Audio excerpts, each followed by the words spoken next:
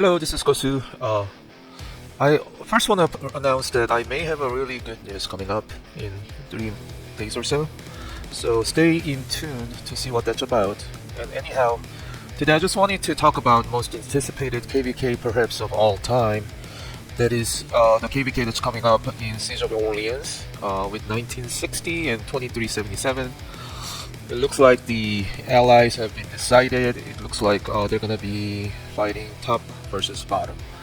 So here's what I think will happen, and we'll kind of keep in track with my prediction and what actually happens. But I think my prediction will be pretty accurate. So we'll see what happens. So basically, what I'm thinking is that the top side will probably win quite easily this KVK. The main reason for that is that there's such a difference in matchup between 1093 and 1365. I think 1365 and 1093 they are in a different league. So I would just say the top two kingdoms in this game are by far 1960 and 2377, and right below that is 1093, and all other kingdoms are kind of tier below, including 1365. So, there's a tier difference between 1093 and 1365. So, it's almost guaranteed that the 1093 will win their side of things. And most likely 1960 will still win versus 2377.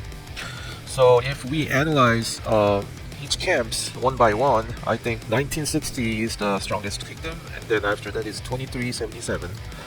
And then 1093 is the third strongest camp, and the fourth strongest camp I think is actually at the middle bottom, the 1606 and 2975. I think the blue camp is stronger than 1365, and 1365 is probably the fifth strongest camp, and they are probably similar in power to the three kingdom camp at the top middle. So if my prediction is right, 1093 will win their side and 1960 will win their side. And I mean, by that point, KVK is pretty much over, in my opinion. The 1606 and 2975 camp can try to, help assist during Kingsland and everything in the middle towards the end of the KVK, but if 1093 and 1960 is holding their side of things, it's gonna be very difficult to win a Kingsland like that. So I think the biggest point of this KVK is that the unbalanced matchup between 1093 and 1365. I just think that 1093 is a tier above 1365 in every other way, and I do think that the second strongest camp at the bottom side is actually the 1606 and 2975 camp. In order for this KVK to be more balanced and more exciting, 2377 has to win their zone, first zone versus 1960. Otherwise, this KVK may be more one-sided than everyone is thinking. So it's almost guaranteed 1093 will beat 1365. I'm like 99% sure.